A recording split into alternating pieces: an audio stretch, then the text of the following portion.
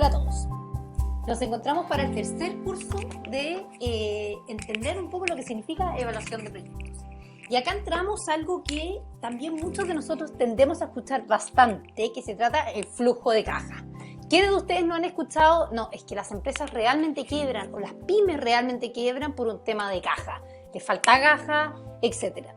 Básicamente significa que no hay capacidad de liquidez en la empresa. ¿Qué significa eso? Que no hay literalmente plata sólida, o sea, no hay plata de verdad, no hay billetes sólidos en la empresa donde yo puedo ir y acudir a esa plata, voy a hablarlo en simple, para poder hacer y operar con mi empresa.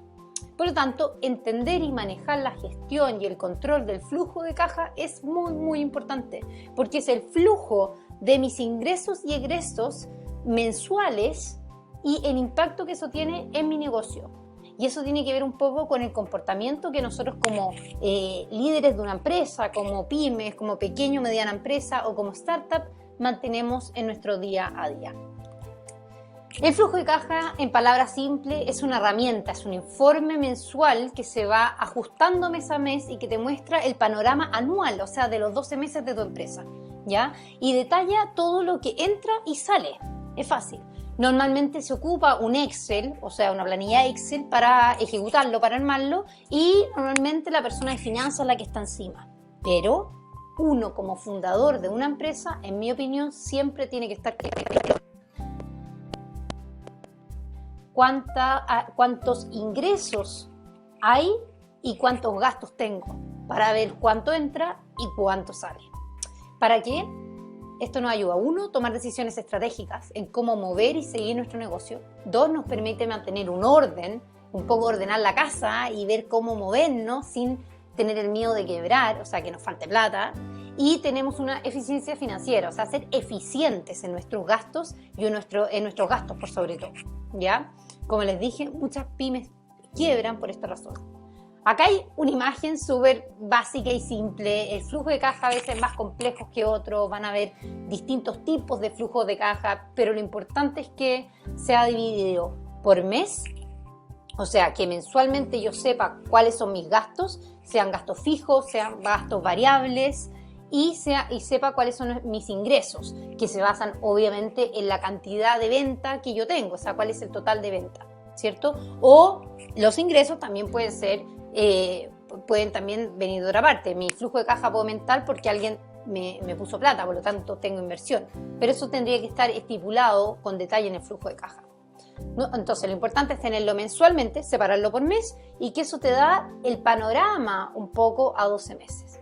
Lo que ocurre es que normalmente, voy a volver un poco para atrás, es que el flujo de caja obviamente es variable, va cambiando. Uno proyecta que va a vender X cantidad de mermeladas, por ejemplo, pero obviamente puedo vender menos. O uno proyecta que estos son los costos, pero los únicos costos reales que yo puedo realmente saber son los costos fijos. Hay un montón de costos variables que pueden influir en mi flujo de caja. Y eso hace que obviamente no sea tan simple. ¿Ok? Unido al flujo de caja está el tema de los presupuestos. Uno constantemente tiene que armar presupuesto. El presupuesto, uno puede armar un presupuesto para un proyecto específico en tu organización, en tu empresa, o armar un presupuesto que tiene que ver como, esta es la cantidad de plata que yo necesito para operar en los próximos 18 meses. Y de esta manera voy a gastar esta plata en los próximos 18 meses. En las empresas grandes, las multinacionales, es muy común que a los ejecutivos les pidan que armen presupuestos o también armar lo que les llaman un forecasting, o sea, ¿qué es lo que tú crees que va a ocurrir en los próximos 12 meses? ¿Cuánto crees que vamos a vender y cuáles son esa venta? ¿Cuáles son los costos de que nosotros podamos vender eso? Básicamente es una hoja de ruta. El presupuesto se basa siempre en un historial qué ocurrió en los años anteriores, ¿ya? Y para eso uno tiene que pedir como cuál ha sido las ventas de los años anteriores, cuánto vendió esa empresa en los pasados 3 años, para tener un estimado de cuánto voy a vender en estos años. Obviamente mi presupuesto yo lo hago lo más parecido a los años anteriores, entendiendo que esa va a ser mi venta, pero como pasa toda la vida, estamos llenos de cambio, entonces uno no sabe cuánto va a vender porque hay muchas cosas que son externas a la empresa que influyen en ello. ¿ya? El contexto influye, que la inflación influye. Si los precios suben, si no hay una buena política monetaria y los precios suben, ¿cierto? La gente le sale más caro comprar y el valor de su plata es menos. Por lo tanto, no tiene tanta plata en el bolsillo para poder comprar. Y si la tiene, su plata vale menos, porque hay una inflación. Y eso afecta directamente a tu empresa. O las crisis económicas influyen también, porque obviamente hay mucha incertidumbre, hay miedo, hay nerviosismo, no se sabe. Por lo tanto, la gente se protege y la plata fluye menos. Si la plata fluye menos, probablemente voy a vender menos. Si vendo menos, gano menos. Si gano menos, mi flujo de caja está más tiritón. Si mi flujo de caja está más tiritón, tengo mayores problemas y me tengo que estar ahí. Entonces, los presupuestos pueden variar por muchas razones. Lo interesante es definir operativamente, o sea, en la área de operaciones, cuáles son los ingresos eventuales que yo voy a recibir, que espero recibir, y cuáles son los gastos proyectados para recibir esos ingresos. Dicho todo esto, acá hay un reajuste constante, ¿cierto? El presupuesto se va reajustando y es normal que así ocurra y así ocurre en todos lados, ¿ya?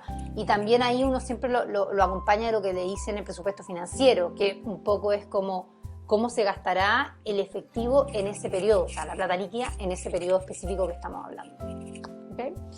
Así que eso es un poco, en general, la línea de cómo manejar presupuestos, cómo armarlo y qué mirar y qué significa el flujo de caja y por qué es tan importante sobre todo para las pymes. Vamos a seguir. Muchas gracias.